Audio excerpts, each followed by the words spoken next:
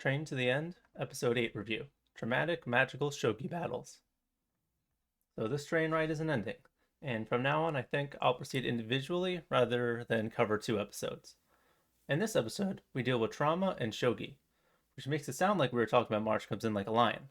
But there's also a magical TV show silliness here that makes the difference clearer. We start out with the train passing through a few new areas. First, we have an itchy wasteland of stone piles. If you want to see more pictures, please see the blog in the description. I have no idea about this one, honestly. I'm going to chalk it up to another one where it's either based on folklore type stuff that I don't know, or it's genuinely just random. If you know or have any ideas on things I may be missing, please share. Then on to a normal looking ruined city, at least at first.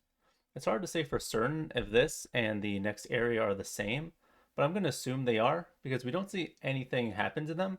But in the next area, Akira questions if anything is going to happen this time. They continue forward into an area where all the buildings are the exact same, looking straight out of a city from a horror game.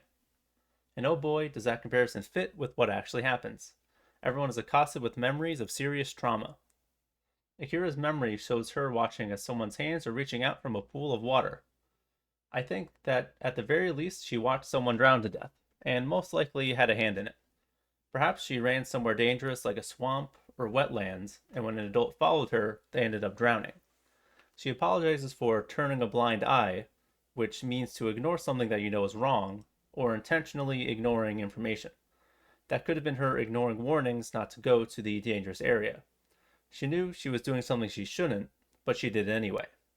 Or she did not take the warnings from the adults seriously, and as a result of whatever the scenario, someone ended up getting killed. I don't think this person survived. It would not fit the gravity of the situation that she just put someone in danger for a moment. This definitely would be traumatizing, and maybe this could explain some of her strange behavior. Maybe she relied on weird parts of the internet to distract her during that time. Then, moving on to Raimi, she prays for a Mr. Badger to rest in peace, with a memory of her holding a bloody axe over an animal. In this one, we can see Raimi's face, where she is sad and or surprised. This one feels much more open to interpretation, as there could be many situations where she could kill an animal. The background does not help, with us just seeing trees in the sky, so perhaps she got scared and ended up killing it, and then feeling bad because that may not have been necessary, or maybe she was defending herself, or told to do it by her parents, or maybe she just put it down because it was injured. If you want to go into the darker end of things, maybe she thought she was just playing with it and did not expect to kill it. But this is theorizing just for the fun of it on this one. Maybe it will be brought up later, but as of this episode, there's nothing indicating that this is anything substantial. For Nadeshiko, the situation is very clear. Her parents were in an unhealthy relationship that ended in divorce. We get to see two memories, one of the mother and father arguing behind shogi walls, the traditional Japanese paper walls, with Nadeshiko crying on the other side. The second showing her father leaving with a suitcase, indicating that he left the family. She wishes she stopped them from arguing, showing her regret over not being able to keep her family together. This is a feeling many children of broken families share, and is understandable for someone to think that they could have changed things. But it is far better for children especially to not involve themselves when their parents are fighting. Doing that puts them in danger, and the anger being turned on them can be even more damaging. But you can't expect everyone to just take that explanation at face value and get over those feelings easily, especially when you have the constant reminder of the parent missing. So we even got trauma from poor Pochi, who was being abusively sprayed with water in a kennel. Yeah, this definitely rivals Pontaro, the 7G guy, for displaying true evil. Then we get to Shizuru, who we can go through quickly because hers is the fight with Yoka. Chizuru's trauma being the fight with Yoka is more confirmation that the pain from that fight really does run deep in her mind. It's being put directly on the same level as death and divorce.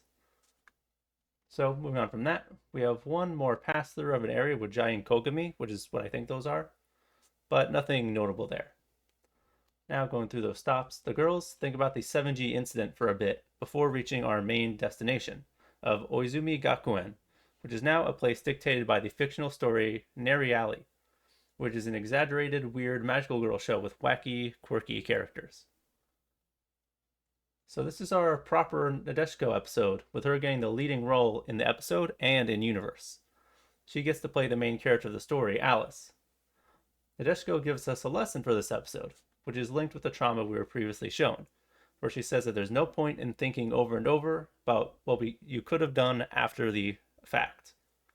It's important to contemplate and recognize our mistakes, as that is how we learn. But you cannot be stuck on them, as that will keep you from moving forward and properly growing. This applies to all the traumatic moments we just saw before, but this is most important for Shizuru. A big focus of the last writing, the last two episodes, was about Shizuru's insensitivity and immaturity, and how that messed up her relationship with Yoka. It talks about how she was not able to move on from the pain she was left with after their fight. Here, she will hopefully get the message that in order for them to make amends and move on when they do reach Yoka, she will have to stop fixating on that moment and grow as a person. So, moving on to the main plot, I really appreciate the staging and the energy of this main fight and the plot. The girls get to sneak around a city overrun by weird styled anime characters. They try to follow the main plot of the actual story to fix everything, but it turns out that the world does not properly follow the story anymore, which we'll get into later. So the girls have to find their own way to win using the Shogi rules to defeat their enemies. We get super wacky designs, scenarios, and set pieces that we move through at a very brisk pace. The pacing definitely felt faster this episode, which did hurt the episode a bit from a thematic standpoint, which I'll get into. But for the execution of the main plot, I think it actually works in its favor and don't really have any issue with it. We have them fighting in a graveyard dressed as ridiculous magical girl characters who have to fight enemies who operate in shogi rules with also ridiculous designs. It's very silly as a whole, but genuinely fun and interesting. Everyone got to play a part, and most notably Nadeshiko got to be a beast with her bow. It's definitely the most memorable and unique action sequence we've gotten so far, so on this standpoint, I'm very happy with this episode.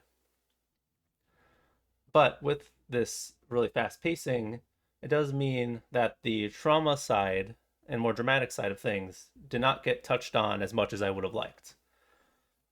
So the trauma is followed up with a message of moving on. So there's a very direct and simple explanation there, but that's really all it is. It's a very just simple, not very deep connection. It works, but there isn't too much that I feel was substantial. We have Nadeshiko realize that these words apply to her, and we're shown that Shizuru recognizes that it applies to her too. But that is pretty much it. Since Nadeshiko was the main girl of this episode, it would have been nice to get more substantial thoughts from her on the situation, and her previous one.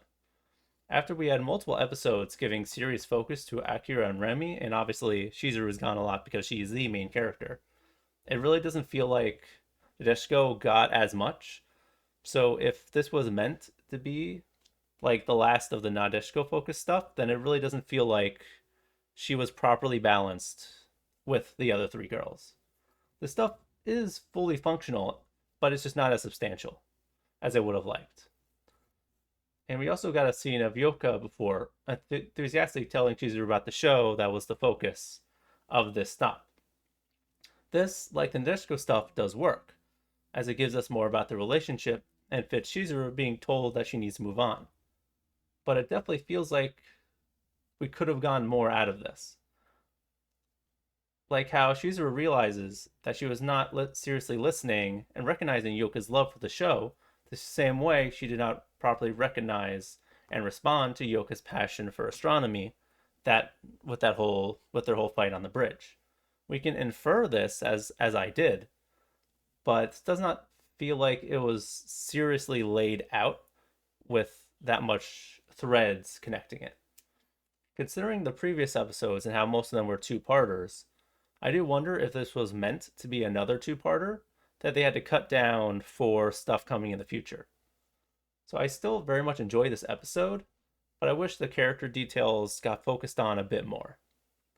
So at the end of the fight, we get our big reveal, which is that the identity of the Witch Queen of Ikeburo that was first brought up in the previous episodes is not too surprisingly, that is Yoka, our lost girl.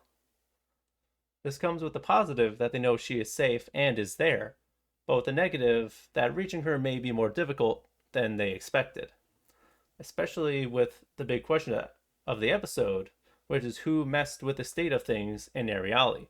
Because a week before they arrived, things were fine and normal according to the story, but then it seems like some kind of outside force was involved. Since Chaos said he was going to report back, it sounds like he has contact with Yoka, or at least someone who seems to have influence on the areas closer to Ikebukuro, but it probably is Yoka. There has to be an outside force that released the villains and gave him power, and created that whole bad situation. So perhaps someone is trying to make the world as they desire, or someone believed that things would be better changed. Don't have too much more to say on this, so I'll leave that for next time. So I like this episode. It does have some minor issues when it comes. I wish we got a bit more substantive things from the character standpoint, but for the actual plot, I did really enjoy it, and I think it's probably one of the best ones. But yeah, still good episode. It has some positives and negatives, but still altogether very enjoyable. Thank you very much for listening.